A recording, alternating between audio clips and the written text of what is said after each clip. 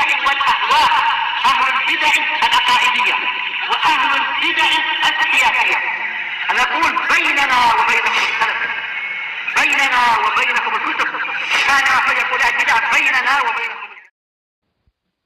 الحمد لله رب العالمين، والصلاة والسلام على المبعوث رحمة للعالمين وعلى آله وأصحابه ومن تبعهم بإحسان إلى يوم الدين. أما بعد، ikhwanil kiram rahimani wa rahimakumullah. Pada pembahasan yang lalu kita telah mempelajari tentang salah satu jenis dari jenis-jenis ibadah, yaitu apa? Iqbal, istighatsah. Apa yang dimaksud dengan istighatsah? Karena istilah ini juga terkadang banyak di pamflet-pamflet, ada namanya istighatsah kubra, istighatsah kubra. Di lapangan ini jam sekian. Apa makna istighatsah sebenarnya? Syahrul.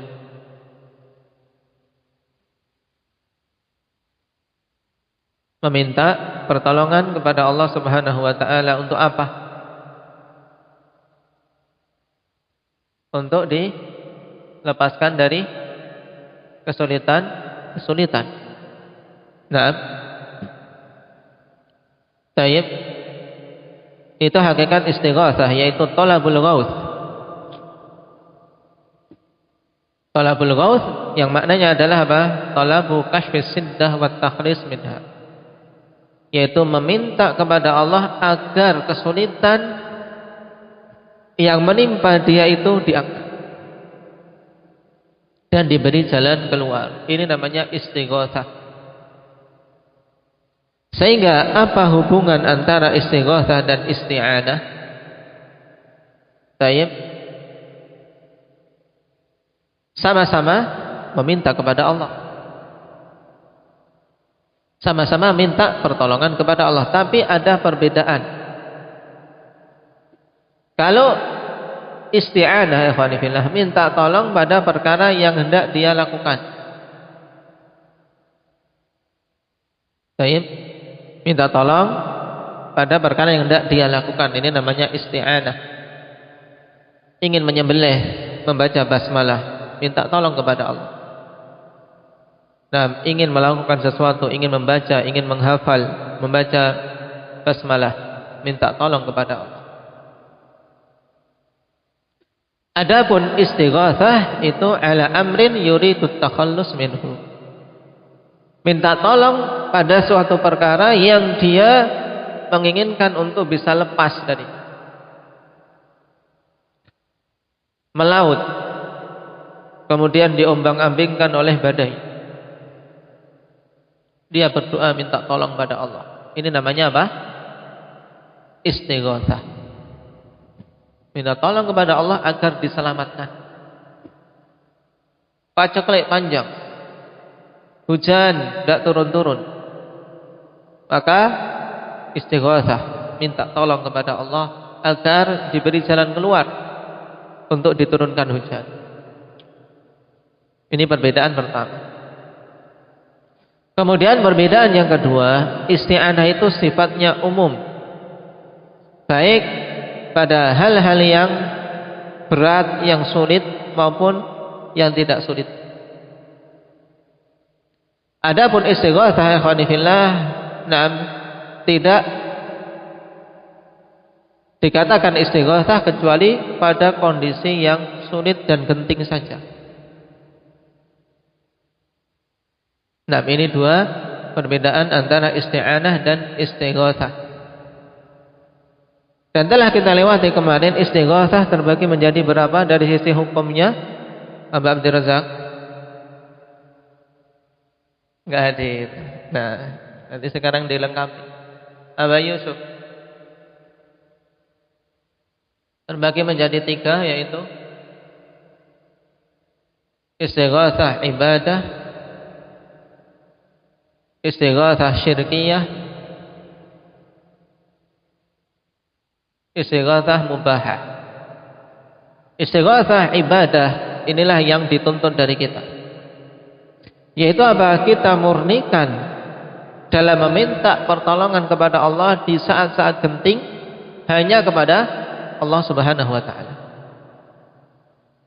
Sakit yang sangat berat, atau kesulitan yang luar biasa dia alami. Maka ketika berdoa pada Allah seperti ini namanya apa? Apa Husain? Istighatsah. Jadi tidak harus kumpul orang banyak. Tidak harus kumpulkan manusia, undang ini dan itu. Habib ini dan Habib itu untuk adakan istighatsah. Istighatsah itu sebenarnya doa. Kita minta kepada Allah Subhanahu wa taala pertolongan. Bahkan tidak dikenal dalam sunnah Nabi sallallahu alaihi wasallam mengumpulkan manusia untuk istighatsah kubra sebagaimana yang dilakukan oleh manusia di zaman ini. Tapi yang ada adalah salat istisqa, dan salat istisqa masuk kategori istighatsah. Itu meminta kepada Allah Subhanahu wa taala agar diturunkan hujan. Makanya dalam doa salat istisqa, Allahumma aghithna, Allahumma aghithna. Dan Nabi contohkan bagaimana istighatsah yang ibadah ini, yaitu di saat malam-malam peperangan Badar. Pada malam peperangan Badar Nabi SAW betul-betul berdoa minta kepada Allah agar apa? Diberi kemenangan, kaum muslimin diselamatkan, sampai-sampai Rasul mengatakan Allahumma in tuhlik hadhihi al-isabah lam tu'bad fil ardh. Ya Allah, sungguh seandainya engkau hancurkan kaum muslimin ini, rombongan kaum muslimin, pasukan kaum muslimin yang sedikit ini, tidak diberi pertolongan, maka sungguh engkau tidak akan diibadahi lagi di muka bumi. Karena apa? Kaum muslimin yang ada semuanya saat itu di situ berserta Rasul sallallahu alaihi wasallam dengan jumlah 300-an melawan berapa? 1000-an orang-orang kufar saat itu. Persenjataan lengkap mereka. Makanya Rasul sallallahu alaihi wasallam berdoa terus di malam itu sampai-sampai kain selendangnya jatuh dan Abu Bakar sampai merasa kasihan. Dan menghibur Nabi sallallahu alaihi wasallam. Jadi seorang ikhwan ketika menghadapi kesulitan apapun, maka hendaknya gantungkan harapannya kepada Allah SWT. Karena yakin Allah Subhanahu wa taala dialah yang akan menolong hamba-hambanya yang mau meminta. Kemudian istighatsah yang kedua, istighatsah yang syirik. Tatkala apa? Tatkala perkara tadi diarahkan kepada selain Allah. Nelayan di tengah lautan. Kemudian ada badai. Saya mintanya kepada Nyai Loro Kidul, Mbah, derek langkung Mbah, saya jangan saya tenggelamkan dan seterusnya. Kepada dedemit, kepada jin yang ada di situ. Istighatsahnya ini syirik. Atau kepada Syekh Abdul Qadir Jailani. Ini banyak. Mintanya kepada wahai Syekh Abdul Qadir Jailani, aghithna, aghithna. Tolong kami. Ini syirik. Dan kaum sufi banyak perkara-perkara yang seperti ini. Sebut nama syekhnya. Kemudian apa? Minta kepadanya walaupun tidak ada di situ orang. Ini masuk istighatsah yang syirik. Minta diberi apa? Diberi jalan keluar, minta diberi keselamatan kepada selain Allah Subhanahu wa taala. Padahal yang dimintai sudah mati. Misalnya. Ini syirik. Kemudian yang ketiga, apa tadi jenis yang ketiga? Rifki? Istighatsah yang mubah, yang boleh. Boleh minta tolong di saat terjepit kepada selain Allah, tapi ada syaratnya. Syaratnya apa? Yang dimintai tolong itu sebelum hadir apa? Hidup. Yang dimintai tolong itu hidup. Kalau mati, ya berarti tidak. Kemudian yang kedua, hadir. Yang ketiga, mampu untuk memberikan pertolongan pada hal-hal yang memang dia mampu. Baik, hadir hidup, tapi apa pada perkara yang tidak dimampui, minta tolong untuk apa? Untuk diberi keturunan misalnya. Minta tolong untuk diturunkan hujan. Baca-baca pada manusia ini tidak boleh, ini masuk kategori syirik.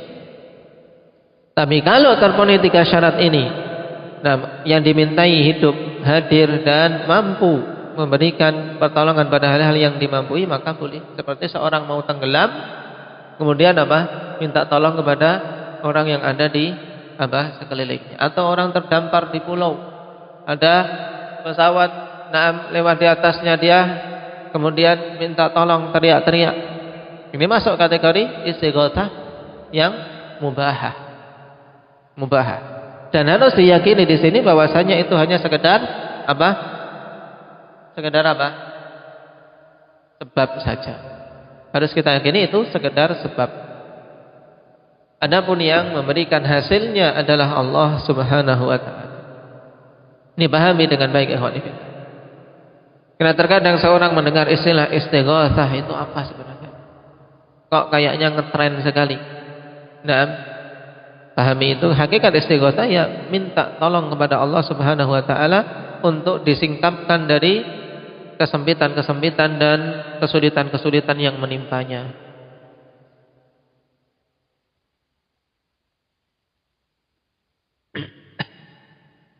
Sekarang kita masuk pada jenis ibadah berikutnya, yaitu wadzabhu, penyembelihan.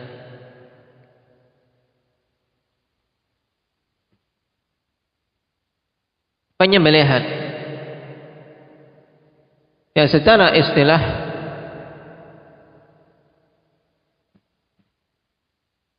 qat'ul hulqum min batin inda nasil wa huwa ma'udhi'udz dzabh min al-halq. Qat'ul hulqum min batin inda nasil. An-nasil yaitu mafsil ma bainal unuq war ra's, yaitu apa? Penyambung antara leher dan kepala, ya. Yang kita tahu ketika mau menyembelih itu tempat yang mau dipotong.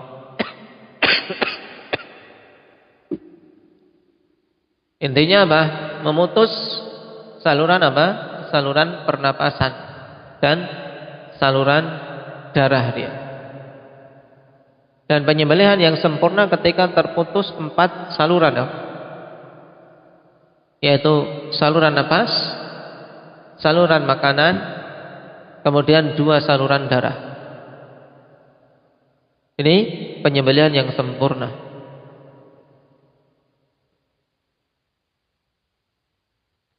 Dan penyembelihan secara umum juga terbagi menjadi 3 jenis. Penyembelihan yang ibadah, kemudian yang kedua penyembelihan syirkiyah, dan yang ketiga penyembelihan yang mubah. Az-zabhu al-ibadi, penyembelihan yang merupakan ibadah. Kita ambil yang pertama dulu, yaitu penyembelihan dengan menyebut nama Allah Subhanahu wa taala sebagai bentuk pendekatan diri kepada Allah Subhanahu wa taala dan mengharapkan keridhaannya. Ini definisi penyembelihan yang merupakan bentuk ibadah. Apa tadi unsurnya? Penyembelihan dengan menyebut nama Allah, bismillah, sebagai bentuk pendekatan diri kepada Allah dan mengharapkan keridhaannya. Seperti penyembelihan yang baru saja lewat di bulan kemarin, yaitu di bulan Dzulhijjah, yang disebut dengan apa? Penyembelihan di tanggal 10 Dzulhijjah dalam istilah syar'i Hudzaifah, kurban, atau istilah lain udhiyah. Nah, itu jelas ya, udhiyah merupakan penyembelihan ibadah. Kenapa? Karena seorang menyembelih hewan itu dengan menyebut nama Allah dan mengharapkan keridhaan Allah. Nah, akan dapat pahala. Demikian pula penyembelihan akikah, itu juga penyembelihan ibadah. Kemudian penyembelihan hadi bagi seorang yang haji tamattu, menyembelih hadi. Dan penyembelihan termasuk di antara seagung-agung ibadah harta. Oleh karena itulah Allah Subhanahu wa taala gabungkan ibadah ini dengan salat. Sebagaimana dalam surat Al-Kautsar, "Fasholli li rabbika wanhar." Salatlah semata-mata untuk Rabbmu dan sembelihlah binatang-binatang sembelihan. Taib, dan dinukilkan oleh Imam Asy-Syanqiti rahimahullahu taala adanya ijma' bahwa sembelihan untuk mendekatkan diri kepada Allah itu masuk kategori ibadah.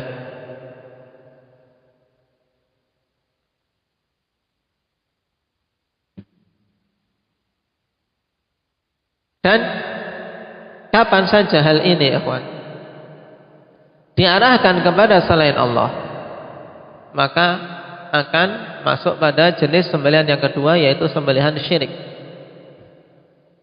Kalau kita tahu itu adalah suatu ibadah, kalau kemudian diarahkan kepada selain Allah, maka itu jadinya syirik. Lalu apa kriteria untuk kita bisa membedakan? Karena terkadang orang menyembelih, ya kawan, ada yang dimaksudkan adalah apa?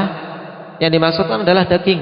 Tukang jual daging sapi, dia melakukan penyembelihan. Penyembelihan, tapi dia maksudkan daging, sehingga tidak dikatakan penyembelihan dia ibadah, tidak juga dikatakan penyembelihan dia syirik, tapi masuk kategori penyembelihan mubah. Kenapa? Karena dia hanya menginginkan apa? Dagingnya untuk dia jual. Tapi syaratnya untuk daging itu bisa halal harus membaca basmalah ketika menyembelih. Nah, sekarang yang harus dipahami, suatu sembelihan itu kok satunya bisa dihukumi ibadah, satunya bisa dihukumi syirik. Membedakannya bagaimana? Yaitu cara membedakannya, dhabitnya ikhwani fillah, yaitu maka nadzabhu fihi aslan la tab'an. Selama penyembelihan itu yang menjadi pokoknya, bukan menjadi apa? Menjadi tambahannya. Dalam artian orang kalau ingin daging, ya nyembelih ini ya memang prosesnya harus disembelih. Tapi untuk penyembelihan yang sifatnya ibadah, memang yang menjadi tujuan adalah bagaimana dia nyembelihnya itu. Sedangkan dagingnya terkadang dibuang, terkadang dibagi-bagi, terkadang apa? Dia enggak memakannya. Terkadang cuma diletakkan di pinggir pohon itu saja. Nah, baik. Nah, dari sini seandainya bukan karena itu, maka dia tidak akan menyembelih. Maka inilah sembelihan yang sifatnya ibadah. Jika diserahkan kepada Allah, maka itulah ibadah yang sah. Tapi kalau diserahkan kepada selain Allah, maka itu jadinya ibadah syirkiyah. Paham? Contohnya, seorang di bulan Muharram ini harus paham juga. Di bulan Muharram, atau dalam bahasa Jawa banyak disebut dengan bulan apa? Suro. Akan kita dengar banyak penyembelihan-penyembelihan. Nah, taib, nyadran di jembatan-jembatan, mengumpulkan iuran untuk apa? Penyembelihan di bulan ini. Seandainya tidak ada tujuan itu, tidak ada yang namanya nyadran itu, mereka tidak akan menyembelih. Mereka tidak akan menyembelih. Maka ini sembelihan apa? Yang sifatnya ibadah. Dan kalau diarahkan kepada selain Allah, jadinya apa? Jadinya syirik. Dan itu jelas asal mereka menyembelih adalah apa? Karena mencari keselamatan. Jangan sampai penunggu jembatan ini membuat musibah, atau penunggu pohon ini membuat musibah, atau danyangnya desa ini menimpakan malapetaka dan seterusnya. Akhirnya mereka beri sembelihan kerbau, setelah itu ditanam di tengah desa kepalanya. Ini semuanya sembelihan-sembelihan syirik. Karena apa? Penyerahan peribadatan kepada selain Allah Subhanahu wa taala. Naam.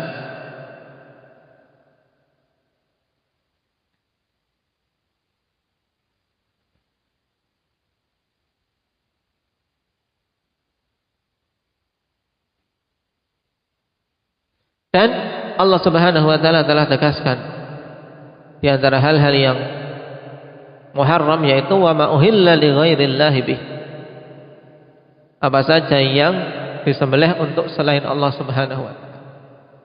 Disembelih untuk pepohonan, untuk berhala-berhala, makanya tidak boleh dimakan.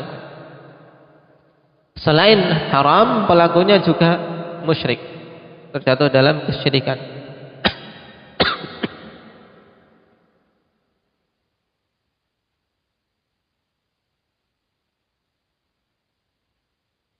Sehingga sembelihan-sembelihan itu, sembelihan untuk nyadran, untuk selamat desa, ikhwan. Biasanya, walaupun mungkin seorang melihat,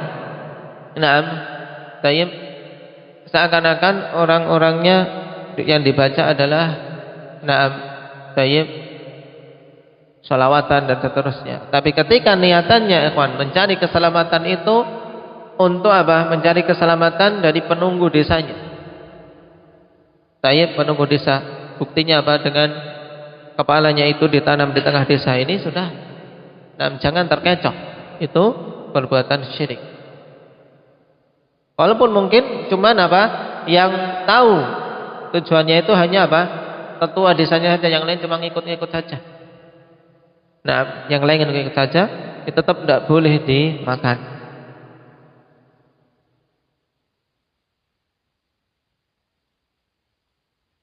Adapun penyembelihan yang ketiga yang sifatnya mubah,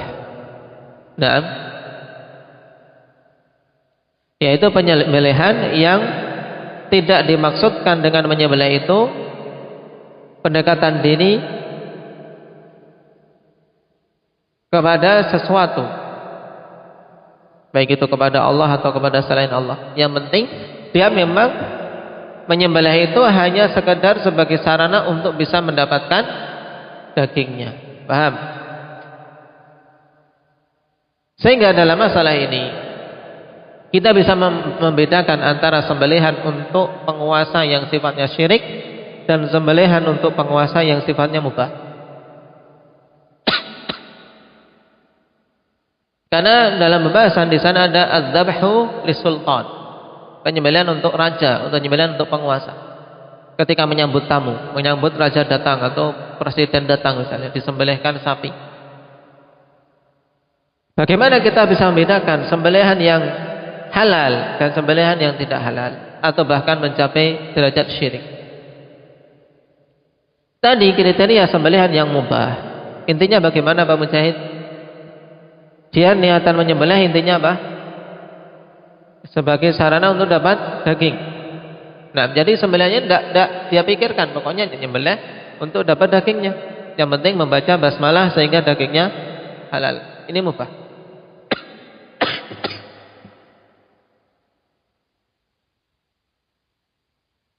Sehingga ketika menyembelih untuk tamu datang, dia muliakan, dia sembelihkan ayamkah atau kambingkah untuk bisa dagingnya dimasak. Ini mubah. Dan perbuatan dia bernilai pahala dari siapa? Niatan, karena untuk memuliakan tamu. Tapi sekarang yang tadi saya singgung, sembelihan untuk sultan, untuk raja. Raja datang, sudah disiapkan di situ. Hewan-hewan yang mau disembelih di hadapannya. Ketika datang disambut dengan penyembelihan. Menyengaja untuk apa? Raja itu melihat untuk bisa apa? Mendekatkan diri mereka kepada si raja itu. Dan mereka sebenarnya tidak memperdulikan ini mau dimasak atau tidak. Nah, kondisi yang seperti ini berarti daging bukan tujuan, tapi yang mereka jadikan tujuan adalah menyembelihnya agar disembelih di hadapan raja tadi. Maka ini masuk kategori penyembelihan yang apa? Syirik. Paham? Penyembelihan yang syirik. Kalau di Yaman, ya kawan, ada istilah yang namanya penyembelihan hajar. Penyembelihan ini merupakan adat qabail sejak dulu. Kalau terjadi dua kabilah kok crash, dua kabilah bersengketa. Mereka kalau dua kabilah bersengketa sama-sama punya senjata, jadi kayak perang saudara. Kemudian ingin didamaikan. Di antara adat jahiliyah yang terkadang masih dilakukan oleh ketua-ketua kabilah dan diingkari oleh para masyayikh ahli sunnah yang dinamakan dengan sembelihan hajar, yaitu untuk sulh pokoknya nyembelih 100 unta. Itu sudah di situ penyembelihan untuk sulh. Ini masuk kategori sembelihan syirik. Kenapa? Karena penyembelihan itu untuk mendapatkan keridhaan dari masing-masing apa? Kelompok, masing-masing pihak. Bukan untuk mendapatkan dagingnya. Ya, bisa membedakan antara sembelihan yang disifati peribadatan kepada selain Allah dan sembelihan yang sifatnya mubah. Intinya apa? Kalau yang diinginkan adalah penyembelihannya, perbuatan menyembelih itu, tidak mempedulikan dagingnya, maka itulah yang masuk kategori ibadah. Sehingga ketika diserahkan kepada Allah jadinya ibadah dan tauhid, bernilai pahala seperti udhiyah. Kita udhiyah orang, ikhwan. Coba kalau udhiyah baik, siapapun udhiyah biasanya ya tidak mempedulikan dagingnya, sudah dibagi. Terkadang malah tidak melihat. Tidak melihat, walaupun sunnahnya tetap mengambil dagingnya, bagian dari daging yang dia korbankan. Baik. Tapi kalau sembelihan itu yang diinginkan adalah dagingnya dan perbuatan menyembelih itu hanya sebagai sarana untuk bisa dagingnya halal, maka ini masuk kategori yang apa? Nafi mubah. Pahami ini dengan baik, insya Allah akan banyak kerancuan-kerancuan seputar masalah penyembelihan bisa dipahami. Baik. Barakallahu fiikum. Nasallallahu azza wa jalla ayyuhfiqana lima yuhibbuhu wa yardah. Walhamdulillahirabbil alamin.